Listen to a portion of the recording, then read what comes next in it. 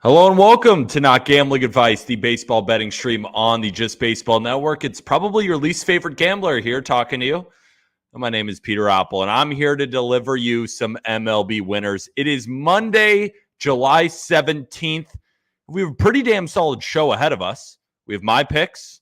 We're going to go over some home run guys. I got a prize picks entry. And then we have a lot of our favorites coming on stream, whether that be DeGen, Jake Hazen, Krabs, Javon, Cali Wager, the always changing his name. Now he's Lid Lager, Matt. We got plenty of picks to get you ready for the night slate in baseball tonight. But let's address the elephant in the room. I mean, I'm garbage, right?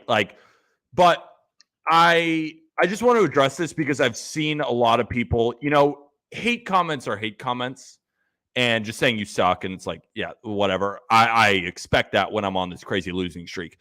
But the thing that pisses me off is the people who say I don't know how to gamble. And can we be real? The short memories are just insane, right? 15 units in MLB in 2021 when I first started giving picks. 13 units in the NFL, then a 44-unit year, then a 26-unit year, and now I am down 6.62 units this season. I haven't forgotten how to bet. It's just been a cold streak. When you put out 1,000 free picks over the last 2.5 years, there's going to be variance. That's why you don't see me quitting. You don't see me, crying in front of you. I'm fine. I'm chilling. We've built up a bankroll, right? So have you been tailing for a long time? If you're new, it's probably left a sour taste in your mouth. But come on. I don't know how to bet. All of that is forgotten. Let's be real here. I know what I'm doing. It's just been a cold streak, right? And I'm going to keep going with the same process that has helped me accumulate all these units. And now, if you are new, you probably don't want to hear that from me right now. You probably don't want to hear, well, yeah, that was way in the past, and I'm new, and I've been losing. And I totally understand that. And that's why I'm totally fine if you're like, yeah, you suck right now, right? It's a long season. I still have faith in the process, and I'm going to keep churning them out, right? Because my favorite thing to do is get on the laptop, write out all my analysis, and I'm giving you my best shot every day, which I continue to say. But hopefully the tides will turn, right? So this stream is brought to you by the Pikkit Sports App. Producer Conan, if you could drop the link in chat. Remember to download, sync your sportsbook using code PETER. And every single time, not everything, when you do that, you'll be entered into a raffle where you can win anywhere from $3 to $100, right? We have a prize picks entry today. If you want to play it for free, make sure to use code JustBaseball. When you download, same thing on BetMGM. If you don't have a cold streak, you're cheating. Yeah, it just hasn't been good. Right? It hasn't been good. But I'm a human being. I'm 25 years old. I've never once called myself a professional, right? I view myself as someone who really likes the game of baseball and really likes the NFL. And all I'm doing is learning every day, giving you a best shot. That's why I keep saying it, because it really is my best. So that's why it hurts when I lose, because I work so damn hard on these, right? And you're going to hear it in my analysis today. So let's start. Producer Cohen. We're going to Texas, right? Tampa Bay Rays against the Texas Rangers at 8:05 p.m. Eastern. The pitching matchup is Shane McClanahan versus Dane Dunning. Now, Shane McClanahan returns from the IL today after recovering from a back injury. We haven't seen him since June 30th, and his last two starts were well below what we normally see from a guy like Shane McClanahan. Now, fading a pitcher, right, making his first start off injury, we've talked about it all year, has been profitable. And sometimes we've been on the wrong side of it. Remember the last time? I don't know if it was on stream. It might have been. I think it was. We talked about Alec Manoah versus Alex Faedo, right? Faedo was returning from injury, but it was just a fingernail. And I came on here and said, you know what? I'm not putting much stock into it. Like a fingernail, come on. He got bombed. And he's a much better pitcher than that. So that was a mistake. Blue Jays put up a crooked number, and we got crushed. Now, Shane was already showing signs of slowing down, and this is, I think, the absolute worst matchup to return to. And I'll tell you why. Every single ERA estimator, the nerd numbers, you guys know I love them, tell us that McClanahan is due for some major regression, not just a little bit, major regression. My favorites would be expected ERA and Sierra, because what FIP and XFIP do, right? FIP is fielding independent pitching. So it's all the events that a pitcher can't control, or can control, walks, strikeouts, home runs, right? Because they can't control what happens to balls in play. But why an XFIP normalizes home run to fly ball rate. So if you're giving up a lot of home runs and you shouldn't be, expect that to come down. That's what XFIP will tell us, right? And they can be good in their own senses. But the reason why I like xERA and Sierra is it takes into account the ball in play. It doesn't take into account, right, if it's a double or a single. It takes into account how hard you're allowing the ball to come off, which I think is really important. That's why I always refer to xERA and Sierra. Well, his expected ERA is 3.98. His Sierra is 4.13. His FIP is 3.86. XFIP 3.89. There's no ERA estimator that's going to tell us outside of Stuff Plus, which is a good one because it generally says if you have really good stuff, you're going to be a good pitcher. And Shane McClanahan does have good stuff, but it has ticked down a little bit, right? And he has a 2.53 ERA. So it's just, in my opinion, I don't think it's sustainable. That's why it's gambling. I'm gambling that it's not. And why is it not sustainable? His hard hit rate has risen from 32% to 40%, which is above league average. And when I mean above, I kind of mean below, because your hard hit rate, a league average hard hit rate, is around 38, 39%. So he's given up hard contact at a higher rate than an average MLB pitcher. He could get away with this, right? You know, another pitcher who does this is Bryce Elder, right, of the Atlanta Braves. Gives up a lot of hard contact. Framber Valdez, a lot of hard contact. You can get away with it if you have a really high ground ball rate, which McClanahan did last year, was at 50.6%. This year, it's fallen to 44%. League average is 43%, right? So just above that. Strikeout rate, 30% last year, 26% this year. Walk rate has nearly doubled. It was around 5-ish% last year, 9.8% this year. So he has major red flags in his data. And he's making the first start off his back injury against this Rangers team that didn't have to travel. Not only that, and this is why I call it the worst matchup to return to, they destroy left-handed pitching. The Rangers rank number 1 in Major League Baseball when they are facing a left-handed pitcher at home with a 146 WRC plus, which means they are 46% better than the league average offense when they're facing a left-hander at home. In these spots, we'll do a little simpler stats. The Rangers are slashing 312. It's their batting average. 376 on base percentage, 513 slugging percentage with an 889 OPS. Even the big and bad Braves are a touch below them with a 140 WRC plus. Now, the Rays, they've gotten a lot of their production playing at Tropicana Field. They are 35-15 at home this year, but only a few games above 500 on the road, sitting at 25-21.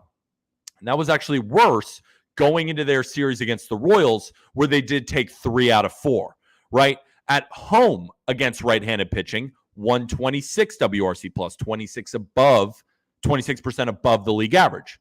On the road, 118. Still good. They're the Rays. They are a 60-win team. But they're not better than the Rangers at home when they're on the road. They just aren't, right? The Rangers hit the ball hard. So for McClanahan to be effective, he's got to rack up the strikeouts. He has to, right? But the Rangers, they rank in the bottom 6 teams in strikeout rate, sitting at just 19.7%. They don't strike out. I just don't see him being effective really at all today, especially after the Rangers have seen him before, right? They saw him, I think it was back on June 11th, middle-ish beginning of June. He allowed 3 runs in 7 innings. The Rays won that game. Pitched pretty well. That gives you a 3.86 ERA. It's pretty good. But that's where he has a 1.89 ERA at home. Let's see how he does returning from a back injury when the Rangers are seeing him again, where his ERA on the road is 3.17. The problem with this play, right? And maybe Rangers team total is a smarter bet, because Dane Dunning is not a pitcher I particularly want to tail in the second half due to his 4.73 expected ERA and a well below average strikeout rate. However, he's always been able to perform his best when he's at home in his career, right? Because this year he's just been great everywhere. But if you look through his career, even when he was bad, 3.81 FIP, 3.77 xFIP at Globe Life, which he'll be at today. And if you look at the ERAs, I mean, the ERA is in the low threes. But a 4.49 FIP and 4.55 xFIP everywhere else, right? And the ERA is around 5. Another advantage, the Rangers own this game's bullpen and defensive advantages. The Rangers rank 3rd in outs above average, while the Rays rank 9th. Defensive stats. Rangers the better defensive team. I just think the Rangers are the better team. It shows up in the numbers. In the bullpen, the Rays have the 24th ranked Sierra and 22nd ranked FIP. The Rangers have the 11th ranked Sierra and 10th ranked FIP in the bullpen. Now, I personally, when I looked at this game, I was like, the Rangers should be favorites. They should, even with McClanahan on the mound. The model makes them minus 121 favorites. So the Rangers should be a play at a full unit as long as they're plus money. And I'm pretty sure it's plus 110, plus 105. I'm not sure exactly where it is right now. We can go to BetMGM and see. Producer Cohen, you got that on BetMGM, Rays Rangers? What are we looking at here? Plus 110. So you can get a better number than I got. And maybe you don't like that, right? But again, it's been bouncing up and down. But right now you can grab the Rangers at plus 110 if you like the play. So, but there's always a chance, right, that the Rays just crush Dunning to the point where McClanahan could go 5 innings, 4 runs, the over hits, and that should have been the play. Very possible. But I think Dane Dunning pitches relatively well today. I do. So I went with the Rangers at plus 105, lost about 5 cents of value. Not a good sign. But then again, we're getting closing line value on all of our plays, and it doesn't seem to matter. I'm just rocking with what I like, and that's the Rangers on the money line for a unit. All right? Any thoughts on that play, ladies and gentlemen? A little quiet in chat. Over 8.5? Yeah, I think that's a good play. I originally looked at that. I know a lot of people are on that today. I was, scrolling through Twitter.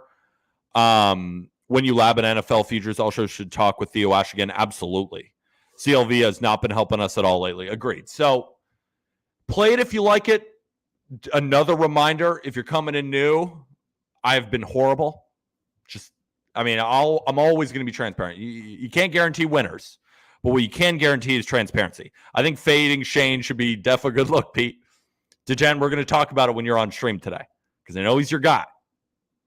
But if you were listening to that first part of the stream, you tell me what in the numbers where you could find that he's going to shove today. Maybe he does. It's gambling. And I'm on a cold streak, so maybe that's a good sign for him. But I'm confident that the Rangers get to him. Love it, man. Block out the haters. I'm just doing me. People out there saying I don't know how to gamble. You don't know what the fuck you're talking about. Let's be real.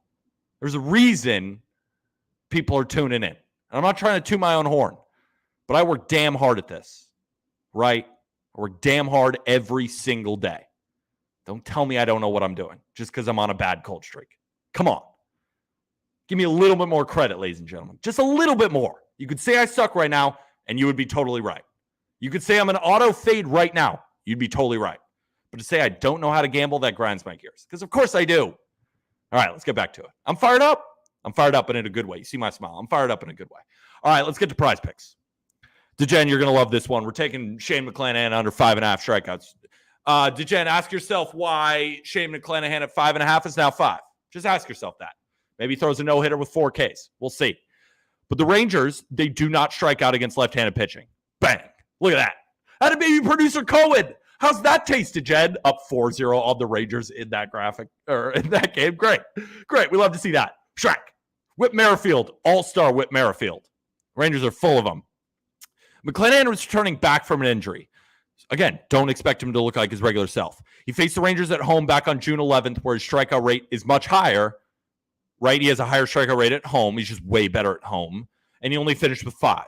This is one of those lines kind of similar to Ashcraft, right? People are like, well, Ashcraft is a full red goblin. How can we take it? They post lines sometimes that I think these guys don't deserve, and I'm willing to bet on the under, right? Ashcraft didn't get his Ks. He was a fully redded out, didn't get his Ks. He pitched well, didn't get his Ks. I'm only comparing the two because they're kind of in similar circumstances, right? Shane McClanahan, Graham Ashcraft, Very different pitchers. But what I am saying is that they're in a similar position right now. McClanahan coming back from a back injury against a team that doesn't strike out doesn't deserve a strikeout line of 5.5, right? And it was like minus 125 towards the under. Now we're seeing 5 on Prize Picks, minus 140 juice to the under. So we see some movement there, right? I'm seeing good value on Prize Picks. Now, would I take it 5? The hook is really important. I think there's a large chance that he lands on 5. But at the same time, I kind of think he gets beat up. So you could pivot to his walks. You could pivot a lot of different ways. I don't know if he has a fantasy score. When I was on Prize Picks this morning, yeah, let's share screen. Let's look at McClanahan. Jen, answer me this. Why does McClanahan have a fantasy score? Why not? He's so good, right? He's going to win the Cy Young for you. He's the greatest pitcher on planet Earth. Where's his fantasy score? Just his strikeout line? Oh, he's back up at 5.5. Maybe someone's sharp. I thought I saw it at 5. Maybe I never did. I don't know. Up to you guys. I would take it at 5.5. I love 5.5. All right. Second leg, we're going with Stone Garrett. Now, I went into the Book It stream late. I was recording the Just Baseball show, which will be available tomorrow. And everyone said, oh, we banned Stone Garrett. I was like, oh, okay. That's fine. He's not very good. But he's got specific matchups that you want to target. And where you want to target him is when he's facing a left-hander on the road. I know it's very specific, but hear me out. He has some severe splits. Severe. Against left-handed pitching overall, Garrett has an 810 OPS. He's slashing 258, 327, 483. It's a good hitter. Versus a 633 OPS against right-handed pitching. So generally, Stone Garrett, you want to play him against lefties. But listen to this. This is probably why he's banned. In road games this season, he's slashing 325, 382. That's the on-base percentage. 550 with a 932 OPS on the road against lefties. Or no, excuse me, just on the road in general, compared to a 533 OPS at home. Right? So I got a guy with an 810 OPS against lefties with a 932 OPS on the road. This is best matchup that you're going to get with Stone Garrett. Why? Because he's going to face Drew Smyly, a left-hander, who's going to feed him a heavy dosage of 3 pitches. Curveballs, cutters, and sinkers. He primarily relies on his sinker and cutter against right-handed bats. So Garrett is hitting 370 against sinkers this year. And against cutters, it's a 250 average with a 3-run value, right? So you're like, well, what about the curveball? That's why it's gambling, right? Has been below average against curveballs. He's hitting under 200 against curveballs. So what we're looking at here, will Stone Garrett only get curveballs from Drew Smyly? And will he get out on himself? Absolutely. That's why it's gambling. But I have a guy in his better split, way better on the road, and he crushes 2 of the 3 pitches because Smyly is a 3-pitch guy. And when you look at what Smyly does, he mostly goes sinker cutter to righties, right? Gets the cutter in on the hands and then goes sinker low and away. He plays both sides of the plate with that. He will drop the curveball, but against lefties is where he uses his curveball most because that's when it's the most effective. His curveball can get loopy, and against a righty, when it's going in on you, that's when they can, extend and go, yeah. And that's where he's gotten in trouble with it this year. So you look at how his curveball has performed against lefties and righties. There's no doubt about it. It's better against lefties. That's how he's been. And honestly, he's been getting kind of killed by lefties. But Drew Smyly is just regressing before our eyes. And I think Stone Garrett, everyone's going to be on Lane Thomas, and deservedly so. He probably does well today. He's got another good matchup. Joey Meneses is another good option if you kind of want to pivot out of there. But I'm going with Stone Garrett. Because if you're going to take Stone Garrett, it's these matchups, right? This is the Nationals guy against lefties. Now, the Nationals as a team, they haven't really hit lefties all that well lately. But it hasn't really been because of Stone Garrett. It's been because a lot of the other guys in their lineup, right? So that's what I'm rolling with today, a little 2-piece guy. Remember, it's always 0.2 units. We ain't going crazy. I'm not a huge parlay guy, but this is just what I'm Pete just signed it on. Can you quickly rehash your picks today? Absolutely. So, Producer Cohen's got it in the chat. 14 groundouts incoming. Could be. Love you, Pete. It's okay that you're ass. I love you too. But you're not ass. You're good, dude. You work as hard as that. I'm just giving you. You guys are a bunch of W's. You're a bunch of W's, and I cannot wait to talk to DeGen about his feeling. But let's talk some home runs first. We got to pick some home runs. Yesterday, if you guys remember from my TikTok live, I don't know if you guys were on there. The TikTok lives have been banging lately, which is crazy because I've been asked. But I'm so glad that you guys are just coming in, still hanging out, and we're talking ball. I was on Evan Longoria home run. Correct me if I'm wrong. He did not hit a home run yesterday, but he was a very weird guy that was up here, and he was up very high. Just didn't happen to hit a home run. But, we can't hit every home run bet. If we did, we'd be retired on an island somewhere. Is there anyone here? A lot of Giants players. Well, the weather's supposed to be, at least projected, good again in Cincinnati. So there's continually going to be Giants, Reds up here when there's really good weather. Why did I bet Rizzo to homer yesterday? Were you the one that sent me the DM? Were you the one that sent me DM be like, oh, why is Rizzo plus 300? I was like, Coors. And you're like, oh, shit. Yeah, Rizzo may never hit a home run again. I'm going to have an unbelievable August. I need it, winning degenerate. I need it, my friend. Should we just cut the shit and bet Mickey Moniak? I mean, the thing is, he's kind of always up here. Who's weird? I mean, Morel being that high is interesting. Because Morel has been on here before, but he's mostly down in the Lane Thomas, Freddie Freeman, Anthony Santander range. So, is Morel my guy today? Candelario's hurt. Is Morel my guy today? Moniak is 100% hitting a home run too. Do you still make MLB picks when the NFL season is here? Absolutely. That's when my life starts to be, I can't even, my brain goes haywire because I'm making both NFL and MLB picks. Flash me that PP. Larry Beeman, let's take a chill, pal. Let's touch some grass here. It's supposed to rain here in Cincy. You know what? Give me Christopher Morel. Give me Morel. Let's go to BetMGM and let's see what its odds are. Is he sketchy? Is he sketchy odds too? Because I've seen him on here before. He's never been this high. He's never been 5. I mean, Steer being that high is interesting, but if you're telling me that Reds game might get rained out or something like that, might as well not touch it, right? We got a total on the rise going from 8 to 9 in Chicago. I was a little bit weirded out with that total because it was a very low opener, and I've seen some conflicting things on the win, but as you can tell, I think the books adjusted because so many people came in on the over, and it could end up hitting regardless of wind or not, but I was a little bit, kind of gave me the heebie-jeebs. Where's Morel? Where are you, Morel? Is Morel not playing? Why is he not up? Why is he?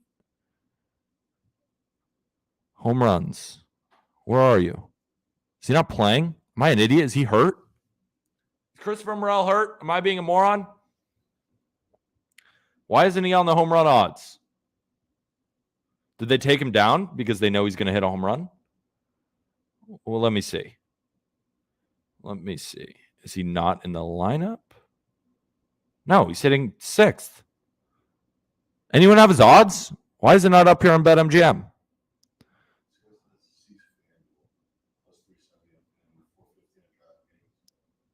Okay. So obviously you want to get the best line possible. I like Morel. Sorry, Pete, I'm attempting to touch grass right now. It's a scary thought. I know. Women are outside, or if you're not into that, just people are outside. It's scary.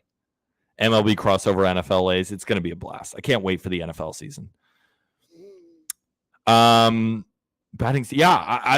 going to be my pick today. Ladies and gentlemen, Morel is going to be my pick. He's hitting a home run off Mackenzie Gore today. Let's check to make sure that Morel is not some garbage can against lefties. Let's just make sure. Because I don't want to just throw some shit out if he's got like a 12 OPS against lefties. I don't think he does. I think that's his better split, but we might as well make sure before we do anything stupid. Splits. Yeah, see? All right, never mind. Christopher Morel is a 680 OPS against lefties, 957 against righties. I take it back. But then again, he's so high with a dog shit OPS. 435 slugging versus 603 against righties. Morel, you are so weird. 12 home runs this season against righties, 3 against lefties. He doesn't play that much against lefties. What the hell is wrong with you? All right, I take it back. There's nobody that's really speaking to me. Is there anybody speaking to you? His at-bats were painful to watch yesterday. Let's not take Morel. Let's not do that. Morel crushes sliders, maybe right-handed sliders. If you don't take it now, it's a lock. You know what? Because I don't want to take any of these Giants or Reds because now I'm nervous about the weather. But Gunner's kind of always up here because he's kind of a beast. Oh, you guys want to talk about some NFL prize picks features that I'm looking at? Aaron Rodgers under passing yards. My producer Cohen is a Jets fan. Should we talk about, is there anyone in queue right now? Let's do a quick, first we got to pick a home run hitter. Because producer Cohen and I are about to argue about Aaron Rodgers under passing yards. You know what? I'm not picking anybody today. Conforto. But the thing is that Giants-Reds game, that's what people are telling me is that it might not happen due to weather. I don't know. It might happen. That's just what I'm hearing. But I got to pick one for the vibes, at least. You know what? Morel. Fuck it. Because he's going to hit a home run if I didn't pick him. I mean, Ohtani might hit a home run. That's a good point. Ohtani just might hit a home run. Hackett calling plays should be a good look. Just look at Russell Wilson. All right, let's do a quick 2 minutes on Aaron Rodgers under passing yards. So producer Cohen is a Jets fan. Let me give you a short little pitch. Jets and Mets. Let's go. Jets and Mets. Let's go. So Aaron Rodgers, how old is he right now? 39 years old. So we got Little Angel Matt coming in, so this will be a short, and we'll do more when it comes to over the football season. But right now on Prize Picks, Aaron Rodgers' passing yards line is 3,995.5. I mean, such a big line because he's going to get 4,000 yards passing. Who are his weapons that he's going to go to outside of Garrett Wilson? Right? Denzel Mims, please. Alan Lazard. I think they're going to run the ball a lot because Breece Hall is back. Of course, you could say Alan Lazard. They'll pass to. Come on. But basically, when I'm thinking about taking under passing yards on a guy, what I'm thinking about is, first of all, you have to play really well and you got to stay healthy all year, right? So for Aaron Rodgers to have 4,000 passing yards this year, got to stay healthy, and he's got to play really well. 4,000 passing yards is not an easy thing to accomplish. He doesn't have a ton of weapons. He is older, so there's the increased sense of injury. It's not like the Jets' offensive line is that great that's going to protect him so well. And you got Breece Hall coming back, and there's still, rumors that they're going to go get another running back to help Breece Hall? They might run the ball more. So I think there's a lot of factors working against him. Like, what's the pitch for Aaron Rodgers to have a good year outside of, like, JETS, I'm going to the tailgates, and, like, no way he struggled? I just think there's too – you want to mute me over there? Oh, yeah, here. There's just too much hype on the Jets this year where I feel like that line – I'm more – now that the Jets are doing Hard Knocks, there's just too much hype. Yeah. And it's like that line I could see is a little inflated because of that. But – I just think you're like not giving Aaron Rodgers, like he is him. So, I know. And you're not giving him any respect because it's the Jets organization, which is ridiculous, I think. That's why here you want to put yours on too. Aaron Rodgers could throw to me and you, I think, and still maybe he could get over 3,000 passing yards. But I think you're just like, oh, it's the Jets. He can't get 4,000 yards. No it's not even about that, though. It's actually looking at the Jets' offensive personnel. It's assuming that an old Aaron Rodgers can stay healthy. I have no doubt about it that Aaron Rodgers, when healthy, can get that. Like, can have these 300-yard passing days. But what it's a bet against, like, what if Aaron Rodgers misses his 2 to 3 games this year? He's not getting 4,000. And if he plays all the games and plays well, that's still hard to throw for 4,000. What is that like per game? 4,000? What, over 17 games? What is that? Quick math. Anyone in the chat? Not me. You're talking to a guy who took Jordan under tanks, producer. Jordan under tanks. It's just good, especially in the NFL, more than MLB. No, put your thing on because I'm echoing. Oh, okay. It's in the NFL, you're going to want to take unders generally because guys just get more hurt. And with a guy like that, with all the hype, with Hard Knocks, I think the Jets will actually be fine. I'm not like, I remember we talked about taking the Jets under win total, and I was like, I like it in theory, but like it's also kind of hard to do. And I still might end up taking it. But I think if I were to target taking unders on the Jets, it's Rodgers. I think now that it's it's confirmed that the Hard Knocks are coming to New York with the Jets. I think that line's probably even gone up even more. And I think now I'm like kind of more on your side with it, but like, let's not disrespect the man whose name is Aaron Rodgers, who's Super Bowl champ, first ballot Hall of Famer, one of the greatest quarterbacks ever, multiple time MVP. If I'm not mistaken.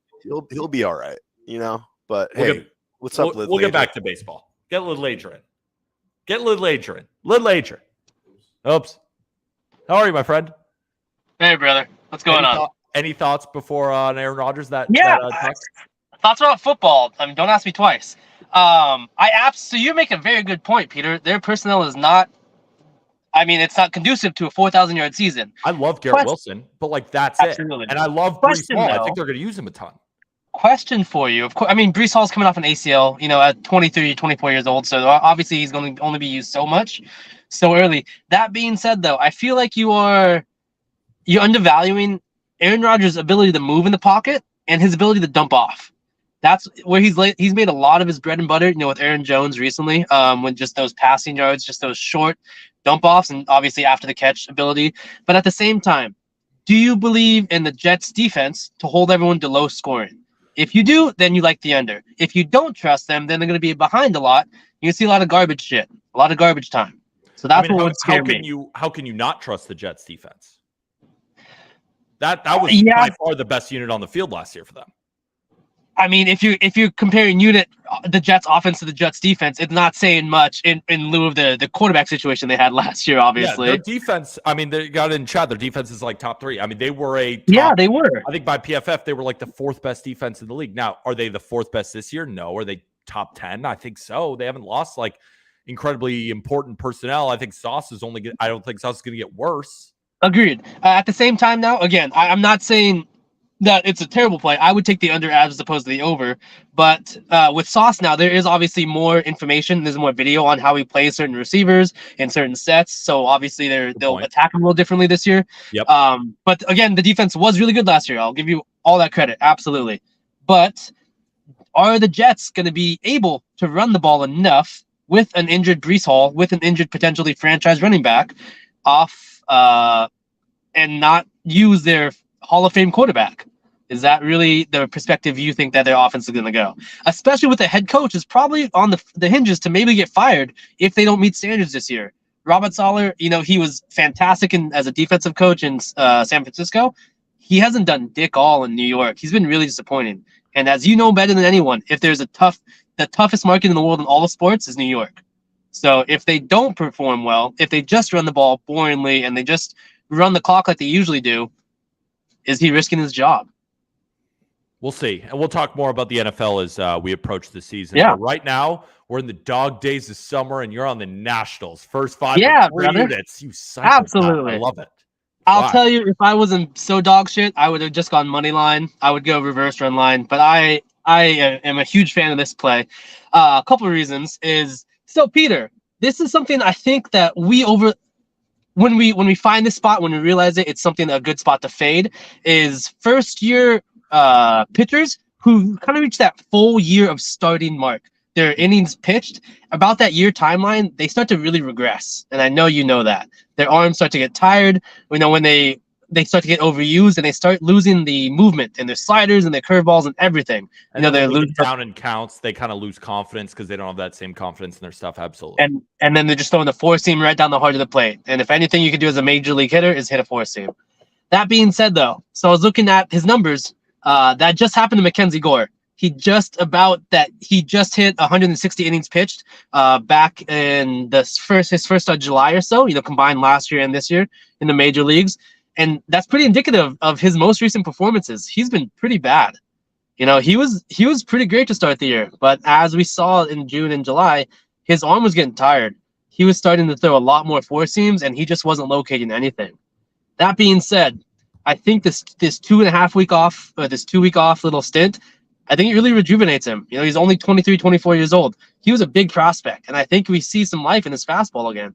I think we see that depth in his curveball, and his best split this year is right-handers on the road. And if the Cubs do anything, it's just stack your lineup with right-handers. They have a lefty in there, and then they have Happ, who's a switch, or Horner, Happ was a switch hitter. So Yeah, two lefties at max. So it's Bellinger. Well, let's just look. I'm at the sorry, lineup. Bellinger. Yeah, it's That's where I Bellinger, was- and then yeah. Because the reason I was on my phone is I wanted to pull up because I assumed that you were going to talk about lefty righty. So Yes. Nico Horner righty, Seiya righty, Happ switch, so going to be a righty. So Bellinger lefty. Yeah, probably just for our luck, he'll hit lefty for some reason. Yeah. Jan Gomes righty, Morel righty, Mancini righty, Amaya righty, Patrick righty. So one lefty. Yes. But what I will say is, didn't you kind of contradict yourself when you're talking about Gore maybe reaching that regression stage but still wanting to take him, or did I hear you wrong? No, that's absolutely what I said. But my point was, after that 2.5 week stint, of not pitching significantly, I think we see some life back in that in that curveball, and I think we start to see that location pinpoint again. Because do I know that for a fact? Of course not. But what I'm looking at is the line open up about 150 for the Cubs, all the money. All the tickets are on the Cubs, and it's got bought down. And he's facing Drew Smyly, if you look at his prize picks right now, who has a higher fantasy score than Gore has a higher fantasy score than Drew Smyly. He's estimated to go 3 less pitching outs. He's estimated to give up the same exact earned runs, and only is estimated to give up only to have 1 more strikeout, per their pitching lines. And yet he's a 130 dog for the game, and his fantasy score is higher. So it tells me that prize picks is kind of in the same line of think than I am. That we see some life back in that in the location of his fastball, and that curveball has the depth in it that we saw earlier in the year. Well, how about this? I'm on Stone Garrett over 1.5 hits, runs, RBIs. How about just a grand slam from Stone Garrett to get us off and rolling against Smyly? Why not us? I love that too, because what I was also going to say is Drew Smyly, he's just a mid pitcher if there ever was one. He started to regress really against lefties at home. The moment he regressed was when he was throwing the no-hitter, and I think it was Jan Gomes who hit him. He never recovered. Mentally, that'll fuck you up, man. I mean, the yips are a thing in baseball for a reason. It's just you can't explain it, but it's just a thing. But I'm not saying he has the yips, of course, but that's a good point. Ever since then, he's not looked great. He's not looked great against lefties at home. But at the same time, he's not been great against righties at home. And look at the Nationals order for me real quick. I want you to see what they did. I think it's pretty brilliant because they could have switched it up. Abrams, lefty. Lane Thomas, righty. Candelario is back today. Interesting. Yeah, he's going to hit lefty. He's going to hit lefty. Renesses? Righty. Candelario is Candelario is a switch hitter. He's going to hit righty. I think he's going to hit lefty only because Meneses is going to hit righty as well. I think they alternated their lineup. Every single positions, left, right, left, right, left, right, left, right. I think it's really. It would make no sense for him to hit lefty against a lefty. I don't know, man. Baseball doesn't matter. I don't know. I think what they did is smart. But outside of every position, outside of that, it's lefty, righty, lefty, righty, lefty, righty. It is. So I think that really fucks up with Smyly. It's hard to get in the rhythm when you don't have that. When you don't have that consistency, switching from side to the plate. And Don Smith is a weird reverse splits guy. Always been better against lefties than righties, which is I don't know. And Drew Smyly is a left or right-handed pitcher, Peter. Drew Smiley's a lefty. He's a lefty. That is absolutely correct. Ding, ding, ding. I like what they're doing with the lineup. So I like the matchups. I like Mackenzie Gore. It really catches my eye that all the money's on the Cubs as it should be because the Nationals suck. The bullpen's awful, but Mackenzie Gore has a higher fantasy score, and that really catches my eye. And I think after that 2.5 weeks of him just getting some rest in that young arm, we see some life in that fastball and curveball today. I think the only thing wrong with this is that you think Candelario is for some reason going to hit lefty. No shot. Jesus Christ! If he hits lefty today, we can do a giveaway in the chat. Giveaway in the chat. I will give $100 today if Candelario comes up hitting left-handed against Drew Smyly. I will give away. Someone $100. DM him because he's checking his phone in the locker room on Twitter. Someone DM that guy. Any other picks today? That's it. There's just the one. I'm trying to focus. I just putting shit all the way out there. So I'm trying to focus.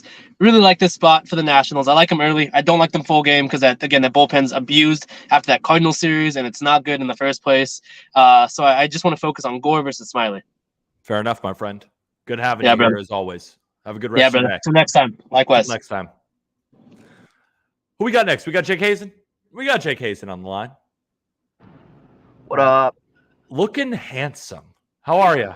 Man, appreciate it, man. Good. Just got off work. Ready to talk some ball.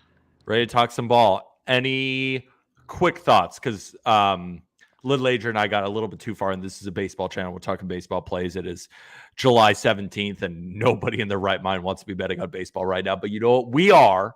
But first, Aaron Rodgers, just give me over or under his passing yards based on what we were saying. You can't ask me because I'm a Packers fan who's an Aaron Rodgers absolute truther. And this is how I am. I fall in love with players on my teams a lot. And I've been asking Aaron Rodgers to leave the Packers organization for a long time. Was it always Jordan Love? It's not, no, it's more like it's same thing with Otani. Otani does not deserve to be on the Angels. He's fucking amazing, right? Yeah. I don't mind him leaving and going, getting a chance to win. You're a weird fan. Like you love these guys so much that you literally want them to leave so they don't have to sit on your shit. It happens, dude. You like just poverty, dude. You like poverty. I mean, like the thing is that sucks about being a Packers fan too. It's not like, oh, you make the playoffs every year. Yeah, I get like, it's just like we're like every year it's our year. Then no, it's just not. It never is because Rodgers has just always had a. I mean, LaFleur was a good coach, but like the McCarthy years were horrible. He's never had a. I mean, he's had good weapons during the McCarthy years, but his defense is always horrible, and his coaching was horrible. I mean, if I got some good coaching and a good defense paired with that, I mean, Alan Lazard and Christian Watson was his 1 and 2. Christian Watson, I do like. But that's not your number one, dude. If you have Aaron Rodgers as your QB, what is this? We're rebuilding right now? Like, it's just you can't ask me. I'm too biased. You think Donald Driver makes a return? Packers are not winning week 1. Someone said that in chat. The Bears are winning this division. I already bet it. They're definitely the Packers are going to win week 1, dude. No way the Jaguars go from number 1 overall pick to winning the division. Yeah, right? they could win the division, sure, but like, dude, oh my God, Justin Fields, like everyone already wrote in the Lions. All right, let's get to baseball. We'll talk football soon. You got a good amount of picks. You got a good amount. Bears is hitting, and this is also hitting Seattle versus Minnesota. First 5 over 4, fading the 2 best pitchers on the slate today, or at least the best pitching matchup. Yeah, I mean, that's what you said first there is kind of the main reason why I'm on this. Under's pretty popular. I kind of want to find a way to go against it. Logan Gilbert, dude, as much as I like this guy, his peripherals and even like the way he's played this year, he's not been great in his Twins lineup. Granted, they did just play the A's, but they just scored a lot of runs in Oakland Coliseum, which is, I mean, it doesn't matter if the A's pitching or not. It's a pretty hard thing to do. So this lineup's hot coming out of the break. I want to buy in this hot lineup while it's happening. Kind of same with the Brewers. When the Brewers are hitting, like, bet them every single game. Like, it's just how they are. They go on like a 2-week tangent where they just start hitting out of nowhere and are become like they're doing it right now. The Brewers are. And I think the Twins, they're on the same way. When that team is hitting, you have to find a way to back them in some way basically every game. And Twins is basically what I'm doing today. And for Sonny Gray's sake, I watch this guy quite a bit. His peripherals are good. His ERA is good. But lately, his stuff just hasn't been there. He doesn't look as sharp. That's key. Like, he's still doing well. But I agree, it doesn't have that bite. Am I the only one who feels that way? I feel the same way. I was thinking about playing the Mariners today, just on the money line. Yeah. I didn't end up doing it, though, because it was a little bit too expensive for my taste. Yeah, the Mariners need to win this game, dude. I bet the future on them, and then they lose one of that, too, and the Tigers immediately. Yeah, we're locked in. It's just too good. So, yeah, I guess that's the main reason about this pick. I mean, both these bats suck. Both these pitchers are great, but like I said, hot bats for the Twins right now. Logan Gilbert also just hasn't looked as sharp, and same with Sonny Gray. Both their peripherals are good, but I think this is a spot where, I mean, the Mariners bats aren't hot, but I honestly lean Twins to win this game. But I also want to stay away from the full game because these bullpens are absolutely electric factory. Yes, unless they're losing, then they just throwing absolute shitters. And it's actually so funny. When they're losing, Rocco Baldelli's like, all right, we're done. Do not waste any good one. Like, okay, you don't want to keep it close. It's over. Yeah, I mean, I agree with you there. Let's move on to pick number 2. Baltimore versus Dodgers. First 5 under 5.5. You're tailing Emmett Sheehan and Grayson Rodriguez, the rookies. Yeah, we're getting nasty today, Pete. Okay. So I'm buying back into Grayson Rodriguez. I did too. I'm buying back in. I got to see one. It was like one of those things for me, but I agree with you. If I were to bet, I'd bet for him to pitch well today. Didn't mean to interrupt. Go ahead. Yeah. So I've heard nothing but good things from the prospect guys that follow on Twitter about how good he's looked in the minors. And this guy was touted to be like, he was supposed to be really good out of the best pitching prospect in baseball. Which is obviously, I mean, is Yuri Perez. He's not a prospect anymore, right? But he overtook. Yeah, those two. It was Grayson and Yuri and Painter of the Phillies, who we haven't seen yet. Yeah, he's like 20, right? Painter, yeah. Yeah. We won't see it next He's year, probably. nuts. It's just he's got an elbow thing. Oh, well, that's unfortunate. Yeah. But yeah, I'm just buying back in the Grayson Rodriguez turn. Really not much to say about this. This is kind of just going with my plums here. I mean, this is a pretty popular over, but if this Grayson Rodriguez hype is true, which I'm gambling it to be with a 5.5 total, I think this under should be a good look as well. And go to Emmett Sheehan's side. So this Orioles lineup, I mean, what I've noticed about Sheehan, I can't remember the exact pitches, but I'm pretty sure he throws, it's his primary pitch. I'm pretty sure it's a sinker and changeup. Yep. Right? Okay. Yeah, Orioles are, since May 1st, or they're like bottom 20 against sinkers. So it's a big total. 5.5 is quite a bit. So it's not like I'm going to be like, yeah, this is going to be an absolute masterclass today. I think it's going to be sweaty. I think it's going to be 3-2, 2-3, or however we want to put it. Maybe even 2-2. But I think both these pitchers are going to be good enough to put out a good outing today, put this thing under 5.5. Also, it's kind of controlling, which helps. So we're going to roll with that. Well, the one thing I will say is Emmett Sheehan, it's qualified as a 4-seam fastball. So when you said but it has sinking action to it. I think it was fast. So I think he throws a 4-seamer, and it has that, because when you watch him, you can see it. It's not just it kind of is. Forgive me. Hold on, Pete. Forgive me. I mean, I hit the lab literally like 20 hours ago, so like I don't have my memory quite there. It was his primary pitch. But you liked it. You liked it when you went after it. Yep. All right, my friend. We got number 1 though, or number 3 play. Whoa. San Francisco. Oh, that's not plus 200 on the Giants. First 5 minus a half. Yeah, I'll roll with that line. I'll take that. No, what is the correct line? It's minus 131.3 units. Minus 131.3 units. Maybe just a misstep by our guy, producer Cohen, on the. He'll get it fixed up. So Giants through the first 5. I don't mind the line you have up right now when I count it, but it's a pretty good line. So are you taking first 5 money line? Spread. Right? The bet's correct. The line's incorrect. Okay. So it's Giants first 5, 1.3 units. And right now it's minus 125 on BetMGM. I love not getting COV. It's my favorite thing ever. Yeah, I mean, me neither. Confident. Yeah. Go ahead. Pitch it. So yeah, Logan Webb, dude, this kid, I didn't realize how good his peripherals were. He's under I think a 2.8 FIP, somewhere around there. Can't quite remember. Stuck better against lefties, which is going to see most of today, but he's not much better against lefties. They're pretty similar when it comes to FIP wise and XFIP. I actually like him today a lot to get a lot of Ks today, because that sinker for Logan Webb, it is so nasty. I used to watch him pitch. He gets so many backwards Ks with that sinker. And if you haven't watched this Reds lineup lately, dude, it's bad. And I don't think calling up in Constantino Strand is going to save you. I mean, this is a lineup I want to keep fading right now. And I just think Logan and the Reds, they are also a really bad team against hitting sinkers. They're pretty good against the changeup as well, but that's his secondary pitch. But I just see how horrible this Reds lineup has been lately, and just getting a pitcher like Logan Webb, who's a ground ball pitcher, coming to Great American Ballpark with great peripherals, FIP, all FIPs are under 3. I don't mind backing him in this spot. I think he's going to dominate. I doubt the game actually happens, but I think we're going to get an absolute Logan Webb masterclass today. And the Giants, they're not as bad as these lefties they were beginning of the season. They're around league average 100 WRC plus, but I think playing into this small park, I think they're going to get enough runs. I think Webb just comes out and just makes his Reds lineup look silly. Fair enough. I was leaning the Reds on the full game money line today. Didn't end up playing them. Saw the weather, and I was like, yeah, I don't really want to back the Reds right now. I don't really want to back Brandon Williamson, even though the Giants have been terrible against lefties. But Williamson's also not been very good. They haven't been below league average in a month span since the first month against lefties. Fair enough.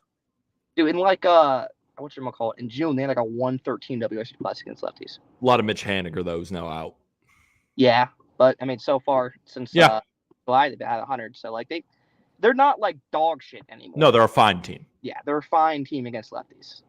They had Fair a enough. WRC plus to start the season. They're really bad like that. Okay, so I'm on the Rangers, and you're rocking with the over, where I was leaning, but I was like, I want the plus money. I think they're going to score more runs. Tell us why you like the over. So Shane McClanahan, man, I was kind of shocked looking into this guy. Some pitchers I don't really look into too deep, because it's just Shane McClanahan, he's good. But you kind of look into his underlying stats. It's a bit sketchy. like I said, I hit the lab like 20 hours ago. I just got off work, so I can't really go quite in deep as I used to. 4.13 Sierra. That's what it was. 3.89 expected ERA. FIP and XFIP both in the high threes in the 3.8 to 3.9 range. And basically what I was pitching too is that, you know how Framber, Logan Webb, Elder, they're always kind of going to outperform their peripherals. The ground ball because guys. they keep the guys on the ground. Yep. McClennan's ground ball rate is now 1% above league average. Like, he's not really keeping the ball on the ground. It's just that he's leaving everybody on base. The highest left on base rate of his career, 88%. Good luck against the Rangers. That was all I'm saying. For a bit too. And look how he's doing. Like, he's starting to get hit up. So, sorry. So that was the same case with Abbott as well. In his last 2 starts against the Brewers, he hasn't looked as good. As his ERA says so. So yeah, I mean, also Rangers like having like a 3.9 xFIP. Like those aren't horrible numbers, but against a team like the Rangers, you got to be a little bit better than that because this lineup does just not give a shit. They just smash everybody, especially lefties. So, yeah, Dane Dunning, I mean, trying to find a spot to fade this guy because, I mean, about any single, like, heavy baseball stat person I know can tell you Dane Dunning's due for regression, right? You don't have to be a genius to say that.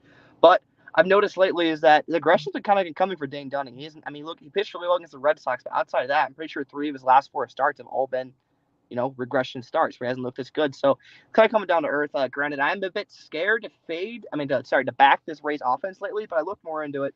And it's just against lefties has been their biggest gripe. The last month, I think they have like a 70 WRC plus versus lefties. Righties, they got a 116. Numbers could be a little bit wrong, but granted, their struggles during this hard stretch wasn't because they're not hitting righties. I think it's more because they're not hitting lefties. So I don't mind getting offense from these teams. And Rays bullpen and Rangers bullpen are both kind of average. Rays more due to injuries, but so yeah, and both these lineups should crack today. Fair enough. We got a comment. Stop sleeping on the Phillies, but who's sleeping? I bet them to not make the playoffs to start the season. I felt pretty good about it, but like Jake's sleeping. I bet him the last 3 days. Like, how am I sleeping? Yeah, I don't know. You're not sleeping. Any more plays? That's it? I think there might be one more. I'm not sure. I think that's it. That's all we got. It? All right. Sounds good. All right, man. Giants first 5 plus 200. It's a good line. Dude, yeah, it's a sick line. Only risk half unit on a minus 130 doing a unit. All right, my friend. We'll talk to you soon. All right. Aaron Rodgers under passing yards. Just sleep on it. Just sleep on it. Probably hitting, but I'm really hope you just burn and piss. That's what you get for just destroying Ohtani for me. Fair enough. All right, my friend. We'll talk to you. Adios, brother. Keep it easy. I just showed up. LOL. And you're coming in hot, Conti _11. You're coming in too hot. There's no way I'm sleeping on the Phillies. Remember last year where I was betting on them throughout the entire playoffs? It was awesome. Wheeler. I love Wheeler. All right. Let's get to California Wager. What's up, my friend? You hear me? Yes, sir. How are you? Good. About you? Happy Monday. How was your trip out west? Unbelievably cool. I had you know those cities that you've been to when you were like 2 or 3 and you're like, I've been there, but I haven't been there. It was my first. That was kind of the same with Seattle. I liked it, didn't love it. Like, I had a great time. The overall trip was great. I expected a little bit more from Seattle. I just thought it was a nice city. Like, I liked the weather. It wasn't raining, which is great. It's nice, cool, fresh air, a lot of great people, good coffee, which is all like what you kind of expect. I was like, yeah, this is nice. Yeah. I love it. No, it's good. Especially you coming from so far away. For me, it's, a quick trip. So going up there to go to some breweries and some spots like that doesn't feel like a ton of work. So that doesn't have the big of a letdown factor, I guess. So the last time you were on stream, you and I went head to head. I went with the Pirates on the money line at plus 200. And he said, Peter, you're a moron. I'm going with the Dodgers minus 1.5. And they won 5-2. So we need more heat from you today. Let's hear it. What do you got? Let's see. I think I got 3 plays today for you guys. We'll start, I guess. We'll go in order, I guess, for timing wise. 3 units on the Red Sox money line? No, I think it's supposed to be 2. Oh, this was all to win. This was all. No, me and Henry read it. If it's on 3, then we got a 2 unit play. Cohen will give a quick fix to it. So we got 2 units on the Red Sox money line at minus 150. Tell us why. Yeah. I'm honestly going strictly I'm going off the Red Sox offense. I love what I've been seeing lately, and being someone who's on the other side of the bay right now, it's hot as can be today. The ball is going to carry any wind is going to help, if anything. Right now, sitting in the backyard, it's over 90 degrees right now. I love what I'm seeing, top to bottom with this offense. I don't care who's on the mound, honestly. I looked at Red Sox team total as well. I looked at the game team total. But I think that regardless, one way or the other, Red Sox get there. Red Sox score a bunch of runs. I think that they handle business. Who is pitching for the Red Sox? Because I know you're facing Blackburn. We're still TBD. Still TBD. So would you recommend? Because right now on BetMGM, do you think people should, if they like the pitch, should lock in? I would lock in team total over for the Red Sox. I think that's great. Above all else, you're getting 9 at bats too. Something that you always, you're a big proponent of.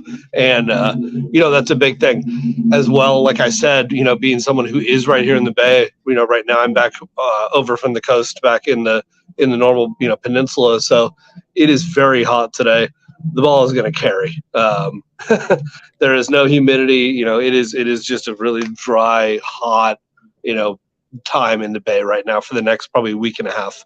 Depending on if people, let's say the Red Sox go with a bullpen guy, let's say they go with Caleb Ort, who is not very good. Would you recommend playing the full game over? Right now it's at 8.5 plus 100. If you just are like, yeah, I really like the bats for the Red Sox to score, but I'm like, stop sleeping on the A's. Maybe there's an A's fan out there. It's like, stop sleeping on this. I'm playing the over instead. Do you think that's a good play? Yeah, I do. I think that runs will be aplenty in this game. One way or another, it gets there. I think that there's just enough offense, and there's just going to be carry. Above all else, get ball in the air and see what's going to happen today over here. Fair enough. Play number 2. Let's see. We'll go to the Dodgers and the Orioles right now. I think we get a bounce back spot from Grayson Rodriguez. I like him. He's been amazing. Great season so far. Really hyped prospect. He's one of the best guys out there in terms of what we've seen in the minor leagues, what's been going on so far. I think that getting back pitching at home is going to be really great for him. I also think LA is, going through a tough schedule spot. They get off an extra inning game after playing in New York for this weekend. Now they're going to Baltimore, which is going to be brutally warm as well. Regardless of where they are from, you get used to where you play most of the time. They're from, LA. This is not nearly the same as late July in Baltimore. I think that does have a little bit of effect. I think Sheehan comes down to life a little bit, and I do think it is going to be a low-scoring game. However, I do think Rodriguez bounces back. He has a better overall approach today. The ups and downs as we expect from both of these guys being, very young into their career. But I do really like what I've seen from, a highly touted, Orioles offense. We know how much, potential this team does have. Like years past with Houston, we saw the build becoming, slowly. Here it is. Expect there's going to be, tough times. Baltimore is here. I think they're ahead of schedule by a lot still, and I like what I've seen. I think that they take this extremely serious against a Dodgers team that is one of the best, as proven by World Championships as of late, and I think they handle business. And I think they find a way to win. Producer Cohen, I assume he wants 2 units on Orioles minus 115, not minus 150.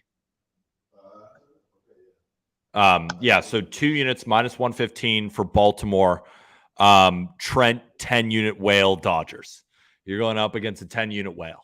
I'm feeling better already. Thanks for telling me. No, I think we'll see what happens. Orioles versus Dodgers is going to be a fantastic game. We got Grayson Rodriguez going up against Emmett Sheehan. And you're on the Reds money line, which I guess we don't know if it's going to play, but if it does, you're leaning Cincinnati. You're leaning the dog here. Tell us why. Yeah, I mean, what's the last thing you saw? It doesn't look like it's going to happen now, probably. I guess that's what people are saying. I haven't been able to check the weather. But that's what everybody's saying. Yeah, I mean, I'm going with kind of the fade here of Logan Webb. He's obviously great. I think that he'll, if this is the first 5, just pure bet, be hard not to go with the Giants. I feel like, however, Williamson gives them enough. The Giants have been, pretty poor against left-handed pitching overall for the whole season. As of late, they've been a bit better. But I do think that we finally get some bounce back from this Reds offense who's been flat out abysmal. And even if it is of late, I do think either Logan Webb eventually leaves up finally a two-seamer, or finally they get into that bullpen late. I expected a low-scoring game. I would lean the under as well. But I do think that this Red offense finally gets something back in order and gets it turned around. It's been a really poor start for the second half, and it has to happen eventually. The Giants have been playing great, to my surprise, obviously, but I think that could start today, but doesn't look like it will with the weather. So we'll see what happens. Fair enough. All right. 3 picks, 3 winners. Sounds good to me. Let's hope so, right? I'll take 2 and 1. Just give me some units. I'll keep working. I'll keep whittling my way back from the bottom there. Good stuff. What would you say is your favorite? Would you say Red Sox is your favorite? Yeah, I would say Red Sox in a bunch of ways. The more I talk about it, I kind of want to go to the game. So who knows? Maybe I'll make it over to the treehouse up there. But yeah, I like runs in this game. I'm impressed with what the Red Sox have done this year. Honestly, when I watch what has happened through the ups and downs, and they're scoring a ton of runs right now, so they find a way to beat the A's regardless. But I do see a lot of runs in this one. Good stuff, my friend. We'll talk to you soon. Thanks for coming on. Have a good rest of Monday, people. Peace. Okay. The Degenerate pissed about Shane McClanahan. Nice shirt. Oh, muted, by the way. You said pissed? Are you upset about me fading McClanahan? No. Why am I upset about it? I feel bad. I feel bad for you. Oh, I feel bad for you. Tell me why. I'd love to hear why, because I've been cold, so people probably want an opportunity to take the Rays. Are you on the Rays? I'm going to tell you exactly why, and I thought the same thing, and I'm going to use your words. Okay. You said I expected the Rangers to be a favorite here. No, I said they should be a favorite here. Okay, fine, whatever. Yeah, there's no way imagine if the Rangers. No, think about your gambling mind. If the Rangers opened up or the Rangers right now, as we're sitting here today, were minus 115 against the Rays, what side would you be on with Dane Dunning against Shane McClanahan? Well, You'd be hammering the Rangers. You'd probably be hammering the Rangers. You'd probably say McClanahan. No. Listen. I'll bet against my team. I know you will. If the Rangers with Dane Dunning were minus 115, no, I wouldn't do it. I wouldn't do it because I would feel awful if the Rays won 15-5. So, but I would lean Rangers absolutely. But I agree with you. I know some people would say you can't make Shane McClanahan an underdog. Listen, I think this guy's going to win the Cy Young. I have him to win the Cy Young. I got a terrible number. I think he's at plus 850 now. I know he's hurt, or he was hurt, but he was only on the IL for 15 days. This race is wide open. Shane is a dog. Now, he concerns me because he always has like one really bumpy inning. That does result in runs, 2, 3. I don't know. It scares me. It concerns me. And he had that even right before he went on the IL. So I'm a little nervous. But you know what? I think he got the bumps out of his system. I think that rest was perfect for him. I think the rest was very good for the Rays. They needed that break. Now, I also say this after they just lost 8-4 to the Royals. I don't like losing to the Royals, especially when the Orioles run our ass. I say our because I'm a Rays fan in case they're watching. But, Pete, I agree with you, man. The Rangers, listen, they lost the series when they were in Tampa. They just who did they just sweep? The Guardians? Guardians. Yeah, I was on the Guardians yesterday. That was really fun for me when Trevor Stephan blew a 3-run lead in the 8th. Yeah, sorry about that. So do you you ever heard of the term? I'm sure you have if you this is something I like a lot in college sports. I like look-ahead games, all right? So it's typically like a week. You got an inferior opponent coming in, and you got a superior opponent or a big rival. We do that in the NFL all the time. Yeah. Sure. I don't really play that as much in the NFL. I played a lot in college because there's just a little bit more emotion. I play it more in the NFL, weirdly, than – well, I only bet a couple of sports, but I play it all the time in the NFL. I got nothing against it. But anyways, let me tell you right now, Zach Eflin has been great this year. I don't know what got into him yesterday, okay? But I think that's more about what got into the Royals, which we'll talk about as one of my PODs. I'm playing the Rays in the first 5. Did I submit that? I don't even know what I'm on. I always forget. You didn't even submit it. Scared. Son of a bitch. Scared like when you didn't want to bet on Cal Quantrill in the playoffs against the Rays. I remember that. I openly admit it. No, did I not bet on Cal in the playoffs against the Rays? It was something like that. I forget what happened. You did something. I don't know if it was betting on Cal or like betting on the beat Rays so they would win and then play Cal in game 3. Anyways, we're not going to go back. Okay. Listen, I want to tell you right now. I know I'm going to try to keep tempo and pace going here. I really, I think the Rays are going to win. I heard Javon talk on BTL or maybe it was Surgical Stream talk about the Rays bats. I like that a lot. I think I've gotten Dane Dunning a few times this season. I think twice. Most recently with your Yankees against them. I don't want to do it again. So I'm not nuking. I'm not taking a team total, but I am backing Shane. I am fading Dane, and I'm betting the Rays on the first 5 on the money line because I'm soft. I'm going to lay the juice. So if it's tie, I get out with a push. But maybe you could win the full game because the Rays bullpen has not been good. But I think that offense is going to score some runs today. So you just better hope that the Rangers get to Shane. I heard your reasons. I heard your logic. It was very good. Your pitch on it was excellent. I don't feel very, very comfortable going against you. But I agree. I thought with how Shane's been, I expected to see this line be a little bit different. I think it's some respect. And last I checked, it's moving a little bit towards the Rays direction. So unless there's any buyback, I'm going to feel pretty good about the Rays. Okay, let's get into one of my plays, though. Wait a minute. Texas Rangers just went down to plus 100. I'm on BetMGM right here. Oh, God. Well, what were they? I mean, who knows? I mean, they were just plus 105. Now on the first 5 money line, they are minus 130 on the first 5 money line. Still on BetMGM, but they just went down to plus 100 for the full game. But then again, I get closing line value all the time. That's it's worked so well for me this year, Jen. Oh, God. Yeah, I ain't worried about it. Rays are down to minus 122 on FanDuel. Don't like that. Whatever. Yeah. I mean, like, whatever. It's just. Hey, is this? I just hopped in. Is this game that I'm about to talk about not even happening? That's what everybody's telling me. I don't know personally. That's just what I'm hearing from in chat being like, it's not going to play. It's not going to play. Might as well pitch it, right? Go ahead. I mean, I guess. I think I got good CLV on this, didn't I? Oh, is it 10 some places? I thought I saw 10 on Action Network, but that's just a consensus. I think it opened 9, and it's moving 10, up. 10 at minus 105. All right, cool. Yeah, WCLV, cash it. Yeah, one already. You don't have to pitch it. Yeah, you're right. It won. I did my job. Now they got to go out there and do theirs. All right. And if they don't, I'm not the idiot. They're the idiots. Yeah. No, but in all seriousness, I like the Reds. I think I heard California Wager talk about fading Webb. I hope we're not getting duped, but I agree. I lean Reds here. I'm down to fade Webb, and I just think after how bad the Reds' offense has been and what the Brewers did to them the last 6 games, I think they got shut out 2 or 3 games in a row, and now they've got a little spark with this guy coming up, and Ellie's leading off. I don't really have a baseball IQ to tell you what that means when Ellie is leading off instead of batting 3rd or 4th. I haven't seen him lead off yet. Well, this is a new thing, so I don't have anything to tell you either.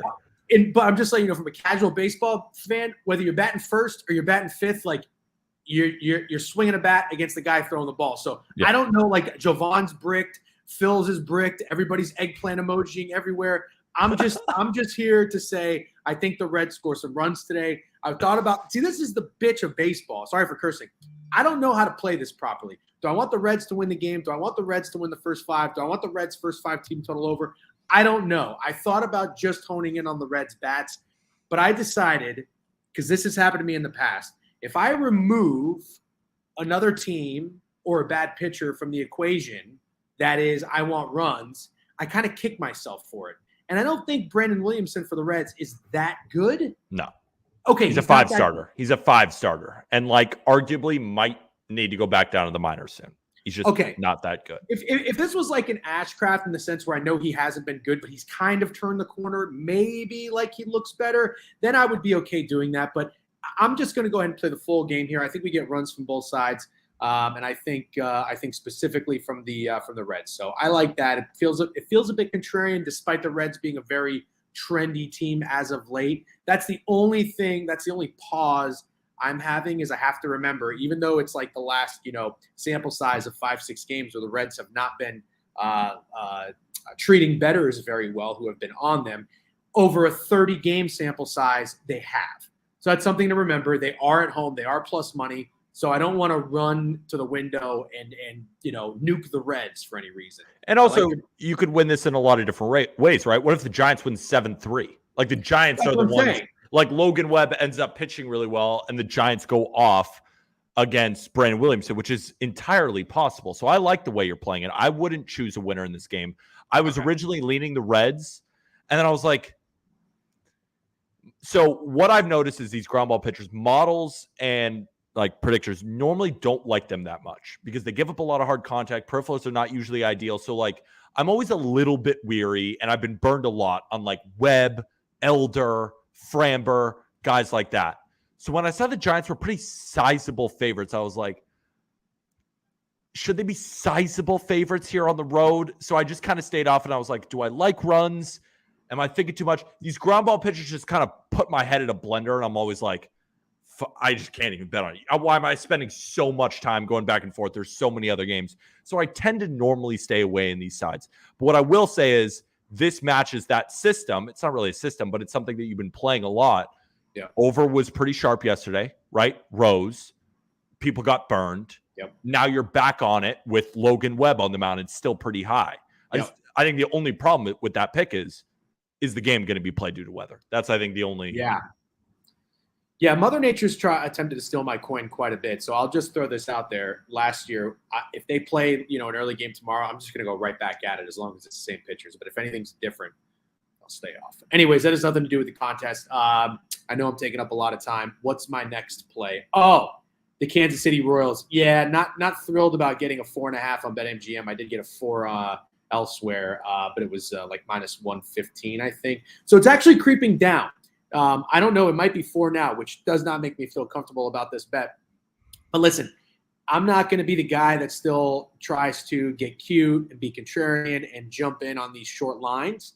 I think this is very suspicious, maybe the most suspicious line of the day with the Cardinals and Marlins being the other one. But that Tigers line looks way too easy against the Royals and Jordan Lyles. Everybody knows how bad Jordan Lyles is. I see the totals 9 to 9.5. I'm wondering, I thought about playing the over in this game, but you know what? Your voice is in my head from dating back from when I was on a Cubs Nationals over, and you said, I just want to tell you, though, every time Corbin's involved, the over always tends to rise, and that game fell under. So I am a little bit worried with Jordan Lyles being who he is. Same thing. And over on the rise kind of feels like the same thing. So the line to me shows a little respect to the Royals. The total does feel like it's on the rise, so I like runs. However, I am going to remove the Tigers from the equation. That's how I'm going to get nasty with this. I'm going to just focus on the Royals bats because going back to what I said when I first came on stream, I was talking about the Rays. I think the Royals maybe have found a little bit of confidence or swagger. Possible. I'm not going to say it's going to turn their season around, but they hit up Zach Eflin like it was batting practice yesterday. So I'm just going to expect that to continue after they lost the first 2 games of that series to the Rays. They're at home. They're rested. Also, the biggest narrative of them all, fade the perfect game. Or was it a no-hitter? It was one or the other. 6-inning no-hitter against the Blue Jays from Matt Manning. But the team it was a combined no-hitter by the Tigers. And Matt Manning threw a no-hitter. So that's kind of it for me. I really don't even get much into the X's and O's. I'm fading a no-hitter from Matt Manning. I think the line looks odd. I think there's other things that you can look at, prize pick squares, etc., that look a little suspicious. So I think the Royals bats find some success today. So that's what I'm choosing to do with my hard-earned money is putting the 1 unit on the Kansas City Royals on a Monday afternoon to evening to score some runs. Go ahead, Peter. One last question for you because we do have Javon in queue. Yes. While it's contrarian fading, and I'm just trying to tap into your mind. It's not like I don't like the play. I actually weirdly think the Royals win, but I do too. I don't know. I don't have the stones to bet it though. I don't either. It's contrarian fading post no hitter, but then you have the other side where the Royals just put up 8 yesterday, and I know you watched that game. I assume I did because I'm a sick person, and all the announcers were talking about how the ball is flying in Kansas City.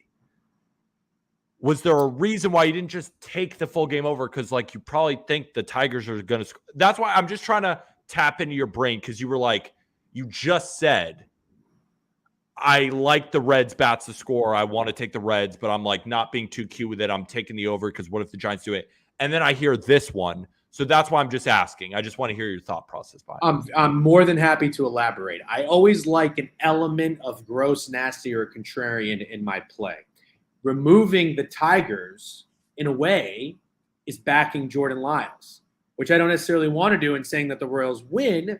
Also, there's a little bit of, I guess you could say, sports brain that might make sense for the Tigers traveling after playing a series in Seattle. They did take that series. They got to feeling pretty good about themselves. They're in the race to win the AL, so I'm not necessarily saying they're going to party their asses off just for winning a series in Seattle, but they are traveling from Seattle to Kansas City. I don't know the distance of that flight, but I don't think it's very close. So just in case you step off that plane, you check in your hotel to Kansas City, you come out to the ballpark, and you're just kind of getting your bearings straight, you're getting acclimated. Maybe your hand-eye coordination's off. Maybe your depth perception's off, and you just can't make contact with a baseball coming from Jordan Lyles, who is getting respect by the books, in my opinion. So I'm going to remove the Tigers' bats from the equation. That's why I'm not playing the full game over. That's why I am playing the Kansas City Royals over. And no, I was not watching the Rays Kansas City Royals game. I did not hear what the commentator said. I was the only one. Very happy that we have you to lean on that for. I was the only one watching it on Earth. But the ball is flying in Kansas City per the announcers yesterday. I was working and I just kept getting notifications that the Royals scored. And I thought it was a glitch, but that's all I got. All right, you get Javon up here. Thanks for your time and good luck. Good luck. Go Rangers. Go Rays. Another Rays fan, Javon, looking good. A little trim of the facial hair. Yeah, kept it clean. Whenever I get a cut, got to get touched up all around. So I like it. But you're wearing the hat on top of the cut. What are we doing? I mean, it's a fire hat. Yeah, well, see, this hat's a little smaller than my regular one, so I only get to wear it when I get a cut. So, gotta switch it up. I saw you at the All-Star game. I think did I tell you I wear 7 5/8? My head is just enormous. Yeah, dude, I don't even wear that with the fro. That's crazy. Yeah, I mean, I've always had a huge dome. Quick story. You know how my last name's Apple, like the fruit? Yeah. So 2nd grade, I'm announcing, you know how you stand up? I was a new student. Or maybe it was the first, I don't remember. What I remember, I stood up and I was like, my name is Peter Apple. Fun fact about me, whatever. And they say Apple, like I hear it from one of the kids. And my face turns red because I'm 9 and I'm embarrassed. And everyone says his head is as big as a big red apple. Whole class erupts in laughter. It was like a Dave Chappelle live show. It's like the funniest anyone has ever laughed. And I'm just standing up there and I go home and I ask my mom, is my head big? And she's like, kinda. Like, and my whole life, it's like, yeah. I was the guy, in high school. Did you guys have fitted hats? Oh, for like when you played high school baseball? Yeah. Yeah, it was always give me the coach's size as like a 16-year-old. So that's my story. There you go. Hilarious. Well, let's talk about your plays today. Yeah, let's hop into it. First, before I say anything, we're talking about fading the perfect game, Matt Manning, which I agree with. People really think Logan Webb's going to be that easy coming off a complete game today? Or a complete game shutout at that against the Reds, who haven't scored runs in 3 weeks now. Yeah, but you're more now of a Reds fan than a Rays fan. So to be honest with you, I have been looking for zero reason to bet that team, but I'm going to have to today with as crazy as Logan Webb's lines look.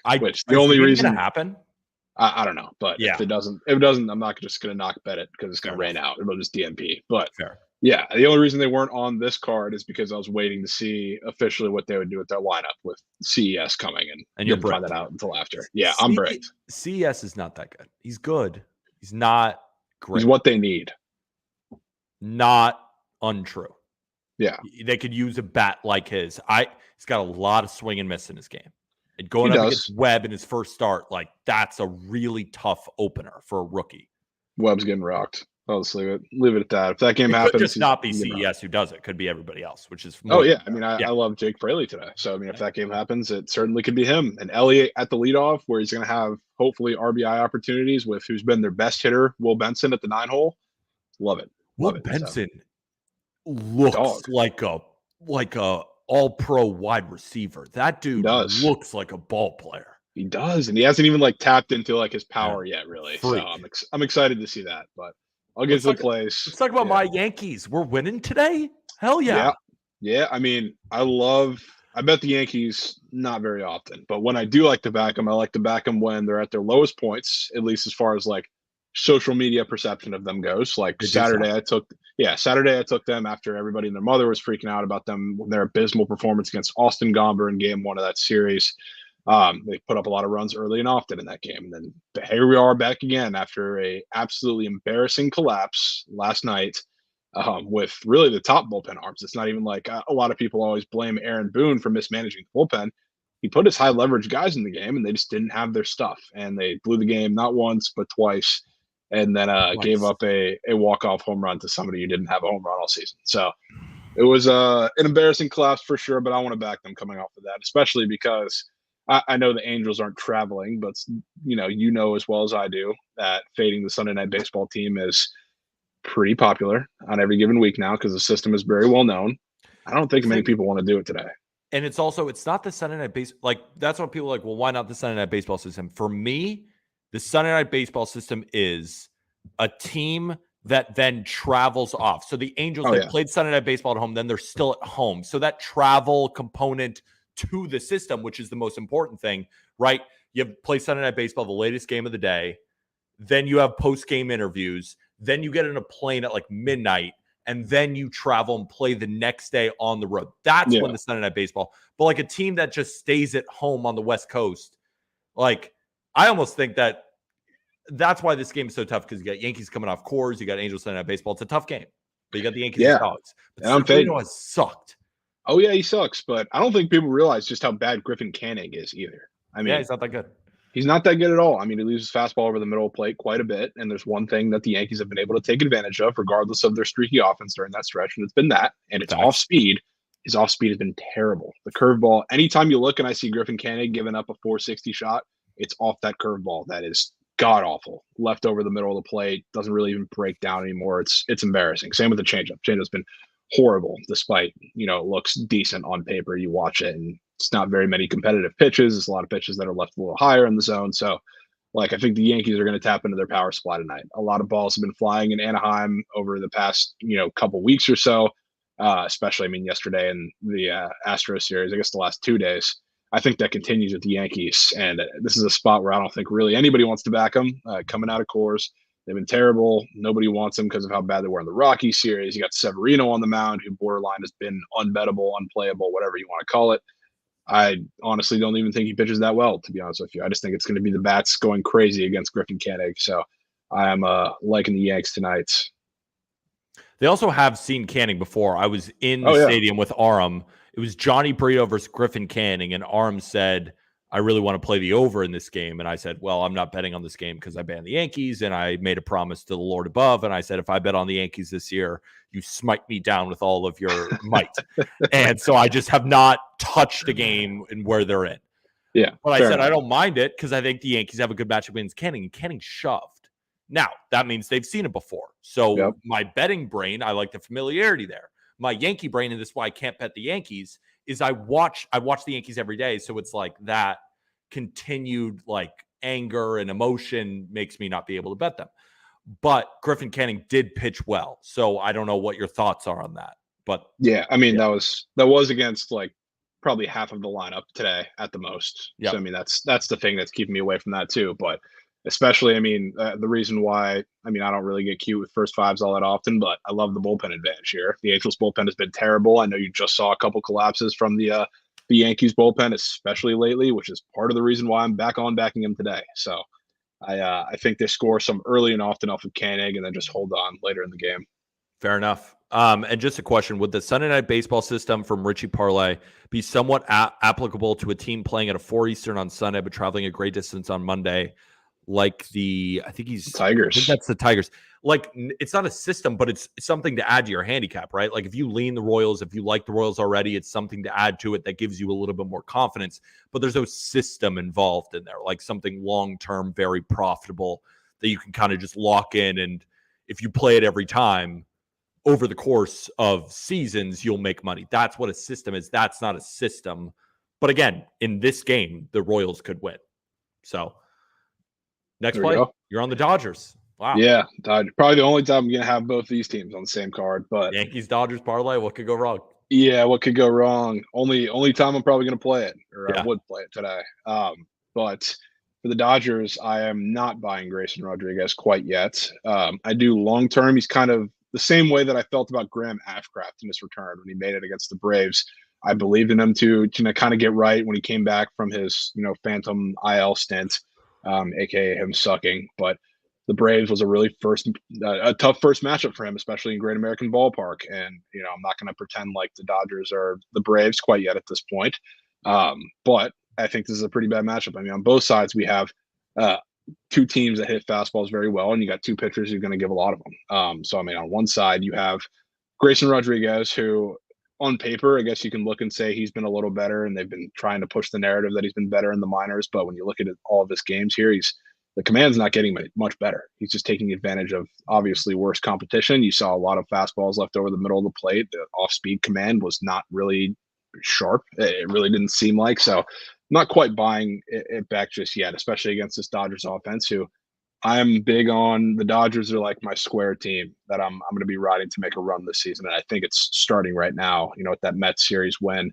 And they're going to keep rolling into this. So the Orioles coming in 8 straight. They've been incredible, not just fading them because I want them to lose for the Rays' sake, but I think they're going to get right here. Emmett Sheehan on the other side, like he's another guy who is going to throw plenty of fastballs to a team that loves to hit them, which I don't know why that's his approach because off speed is so good, especially his changeup.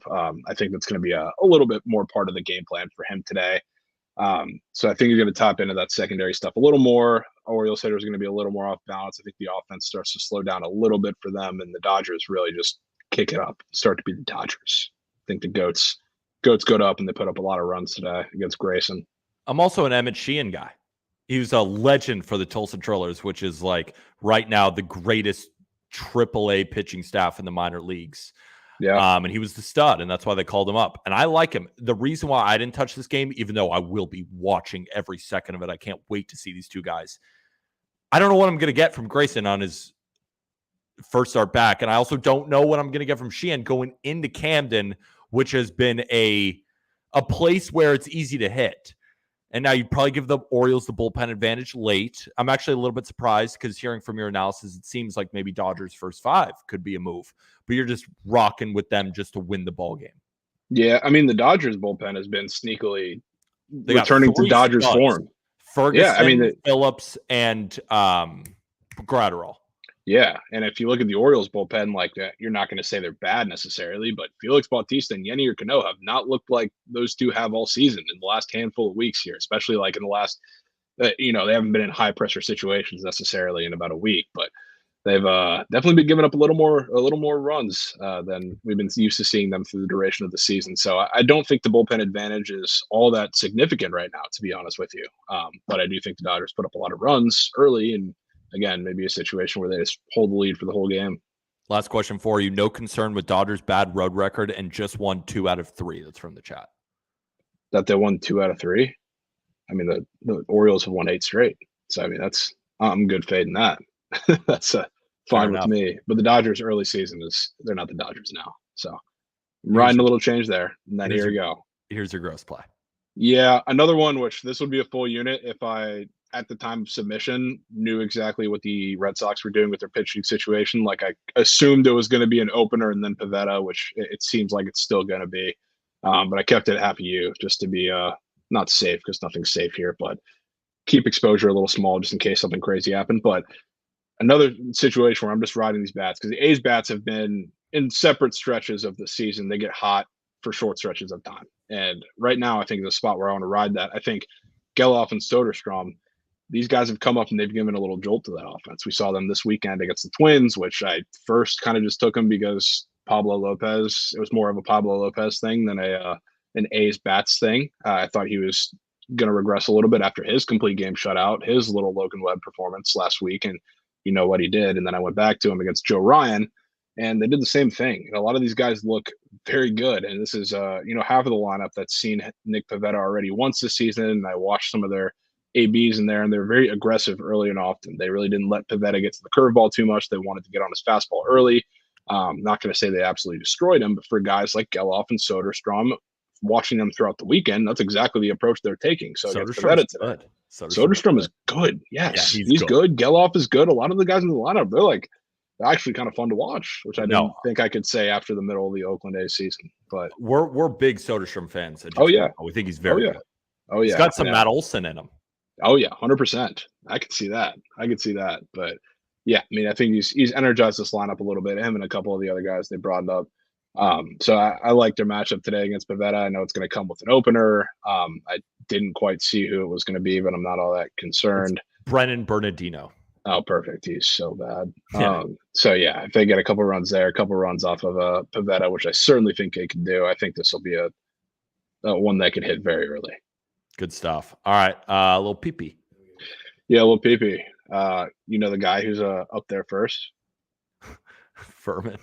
It's not even Freddie Furman. It's the other Furman. Yeah. Oh god. Jose Fermin, who he's up on Prize Picks today. He is. I barely know who this is.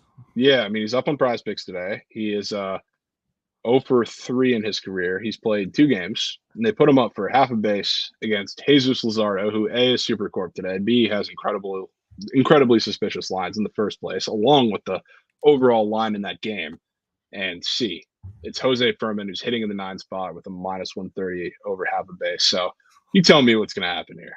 He's getting a base hit. What a play. Yeah. I mean, this fires me up. This fires me up. He's getting a hit. So, but the last, you're taking a combo square. Yeah, and a lot of it was I was a little uncertain about which way I wanted to go with this because I like both of these guys, and I was like, screw it, I'll throw it together. I really like Lane Thomas, which is kind of the main component of this. But again, I was a little torn between the two. He also got bumped down initially and got bumped back up, so I was a little scared. But back on the train now.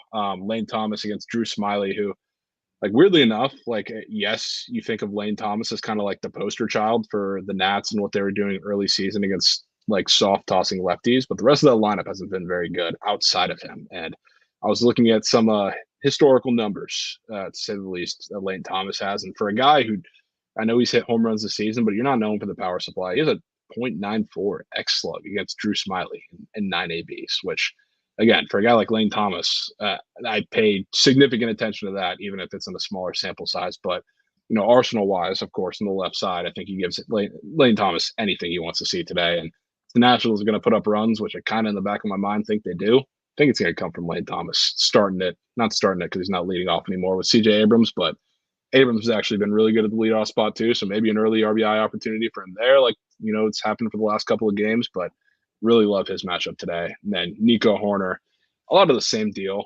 Not necessarily the soft tossing lefty, softish tossing lefty when you're talking about Mackenzie Gore.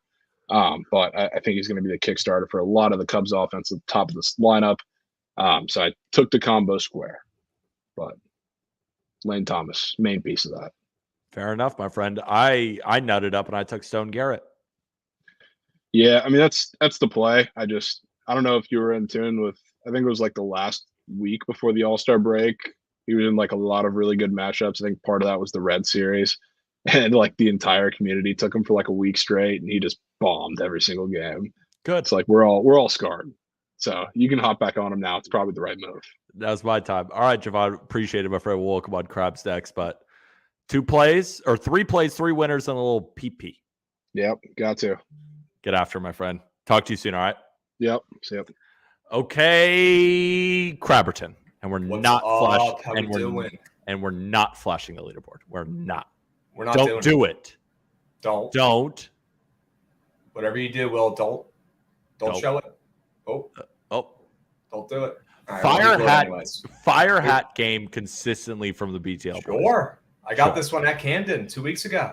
Not a baby. Yeah, good shit. Had to get one of the City Connect hats. Question before you start. Sure. How many Rangers pitches were there on stream today? Not a ton. Okay. I don't know if there was a single one. Okay. Not a ton. I was worried it was going to be this big public dog today, but the more I look on my feed, it's all everyone taking the over, and I haven't really heard any Rangers, which doesn't mean shit. I'm on it, and I'm losing, so it's not a good side. But yeah, well, I'm on the over, and I don't like to hear that everybody's on it. I mean, I've only heard. Well, Jake Hazen, also very smart guy, is also on the over. 3 unit. Welcome to the show, Krabs. Sure. 3 U's, 1 play. Chat, go ahead and lock this in. Fade it, because this ain't hitting if it's on this stream. 3 units. Tampa Bay, Texas, over.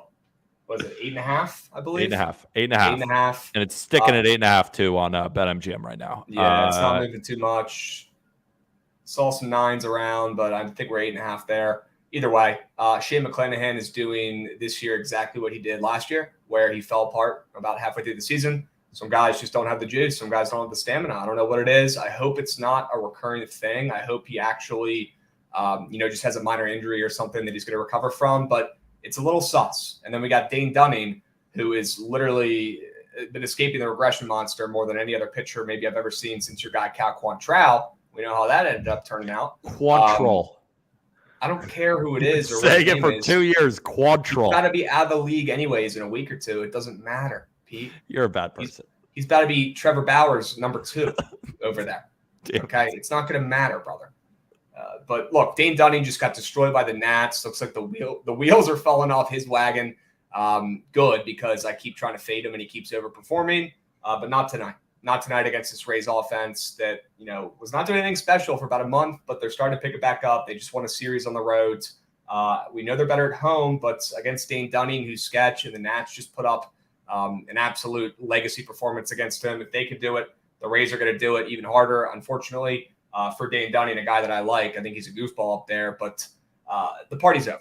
The party's over for Dane. He's facing one of the best offenses in baseball. And the same could be said with Shane, who is, one of the best pitchers in baseball for the first 3 months. And then all of a sudden he either gets in his head or he's hurt or something. He doesn't have the juice. I don't know what it is, but we're seeing the same thing we saw last year. I want to keep fading. I want to fade both these big name pitchers who have really good stats on the surface. But right now they're both kind of going through some shit. Okay, they both are. We know both of them. I don't want to call them head cases, but both these guys like to get in their own heads a little bit. I think they're both going to struggle mightily against 2 of the best offenses in baseball. The total opened up at 8.5. It's pretty much been there. It might be a little bit public. I don't care. I still feel like that looks like a high total on paper, so it's good enough for me to take. And I think this hits by the 7th inning stretch. I'll be honest with you.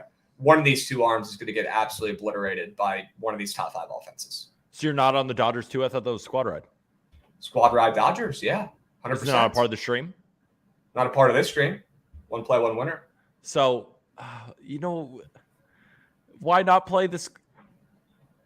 I'll be honest. I don't love the card today. Okay. I don't love the slate either. I want to get involved. Okay. The squad rides. Look, I'm obviously a rider and I trust, and it's 35 games over 500. It's going to hit. Was not my favorite play. Was not my favorite squad ride. I'm still tailing it, of course. But more of a Javon play there.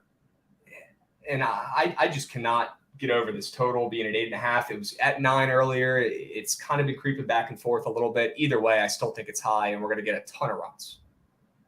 And is Javon saying the Dodgers are a pick 'em now? Let's gander down to the old sports book. Dodgers are minus 115 on BetMGM. Ladies and gentlemen, Dodgers have done a little flippity doodah. All right, I'm back in. I like the Dodgers today. Back in. We're back in. I personally thought it was weird that they were respecting Grayrod like that with that opener, but he's also pitching against Ed Sheeran. So who gives a shit? And the Orioles have won 8 in a row.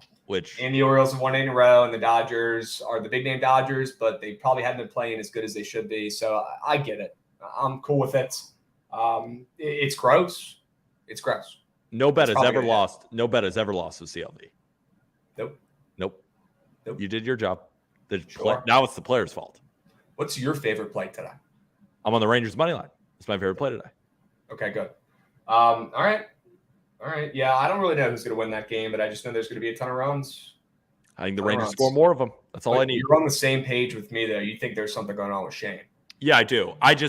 He's a guy returning from a back injury with very, very alarming peripherals across the board. And it's not just, his xERA is this high. Like, there are main reasons. He's given up hardest contact of his career. Strikeout rate is down. Walk rate is up. Ground ball rate is down. It's just like there are a lot of things. And he's returning back from injury to go on the road against the Rangers who have seen him before. Just doesn't feel like a good recipe to me. Now, could it lose? Obviously, because the Rays could just out hit him. But I just don't think he's going to pitch well. And I'm just not a fan of the Rays bullpen. I really am not. They just DFA'd Yonny Chirinos today, which is good. They should. But like outside of Pete Fairbanks, there's nobody in there that I'm afraid of, right? The Guardians bullpen was electric. Trevor Stephan has been great all season. Nice job for our Guardians money line bet. Nice job. Good job, Trevor Stephan. Why are you even saying the G word right now, man? I didn't even want to think or look at that team today. If you think I'm betting or capping that game, you're smoking crack. It's No so sense. funny too because people in the chat say I hate the Rays. I have the Rays plus 350 to win the division, and I did an update on my futures. Like I said, I do not feel good about this at all. Like I think the Rays No. are great, but if I had to power rank teams in the American League, I would have the Rangers better than the Rays. I would. Yeah, but to win a playoff series, although I know that's not what your bet is, but I'm Yeah. taking the Rays to win a playoff series over Maybe. the Rangers Maybe. for sure. Maybe. Rays always find a way to get it done, man. It's annoying as shit. They don't do well in the playoffs. When's their last World Series? I don't know, but it sounds like you kind of do hate the Rays. I don't. I don't hate the Rays. I just watch a lot of baseball, and I feel like I know who they are.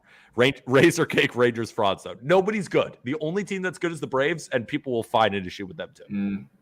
Well, the biggest arm on the market for teams looking for a new closer just got hurt today. You hear about Hunter this? Harvey. Hunter Harvey. He's on the IL. The biggest name. I'm very impressed you pulled that name out of your ass. I know you know who he is, but I didn't think you were going to actually name him. Well, I the way you had a small smile and knowing Hunter Harvey. I could not keep a straight face saying those words. Come on. Anything else? Any other leans? Anything? No, you got? and I got Last to go thing, too because I gotta finalize some prize picks with Javon real quick. before you leave. Aaron Rodgers under passing yards this year. You're starting to get into the season long lab, huh? Season-long lab. I got to get out of this baseball lab. It sucked for me, so I could transition to the NFL a little bit. Sure. Hey, we'll be all right. Ebbs and flows. Ebbs and flows. No, I love the NFL. People forget. Yeah, dude. People forget. People Remember do forget last year you're we pretty were good at like, NFL. pretty good. Are you good at the NFL? Because we had the same record last year. Are you good? Pretty good. Okay. Pretty good. Okay. I don't want to jinx, bro. I know. I don't either. Like that. I know. I'm more saying like, don't disrespect my NFL. But you could say, you're No fine. chance. Pretty good is fine. But No, I'm not trying to jinx anything because my words have powers. I've learned that. I agree. I've learned that. We pretty suck good. at- We'll take that. We suck at NFL betting. We suck. We're terrible. No, we suck at MLB betting, Pete. That's actually a fact. Fuck. Cohen, why'd you flash it? Yeah, I'm out of here. Cohen, thanks, brother. All right. See you later, Krabs. End of stream. Hopefully everybody enjoyed. Again, make sure to download the Pikkit Sports app. Producer Cohen will drop that in chat for the people. Or download. Use code Peter. Do you want free money or not? It's not like you got to pay for anything. You just download the Pikkit Sports app. You sync your sportsbook using code Peter. You get anywhere from $3 to $100. No brainer. It's a very easy sell. Remember, you want to get on prize picks? You want to play Furman? I guess he's getting a hit. I really like Javon's pitch. I did. McClanahan under K's. That you can tail. Stone Garrett. Whatever you like. Make sure to at least take advantage of all the promos. Hopefully you guys enjoyed. We'll be back tomorrow. Just letting you guys know, I'm going to Vegas on Friday, so no show Friday. Again, we'll be Tuesday, Wednesday, Thursday as per usual. But I'll be out of commission Wednesday, Thursday, Friday. Or, excuse me, Friday, Saturday, Sunday. I'm going to Vegas. It's going to be a blast. I'm going to go back on the tables. Kid's been on a heater in blackjack. Just saying. When I was, where was I? We were in Seattle. Producer Cohen. That was one of the great. Have you guys ever gone to the tables with friends and everybody was up? That never happens. I've been to the tables where I'm the only one down and every one of my friends is up. I've been to the tables where I'm the only one up and all my friends are down. Everyone was up. It doesn't happen. So that means I'm due to get crushed when I'm in Vegas. But I do feel good about it. And I hope you feel good too. Maybe Rangers win. Maybe they don't. But I'm going to keep battling. All right, ladies and gentlemen. Love y'all. See you tomorrow. Good luck. Should we raid anybody? Anybody in chat have any ideas on who to raid? Or we don't have to. Up to you guys. Wait another 15 seconds. If anybody has any ideas for raids, let's raid. You know what? Let's raid betting news. I see they have 9 people listening. They're good guys over there. Let's raid betting news. All right, everybody. Again, love y'all. Let's have a day. Let's win a bet for once. All right. Appreciate y'all. Talk to y'all soon. Again, remember, it's not even gambling advice anyway, even though I'm betting on it. Good night.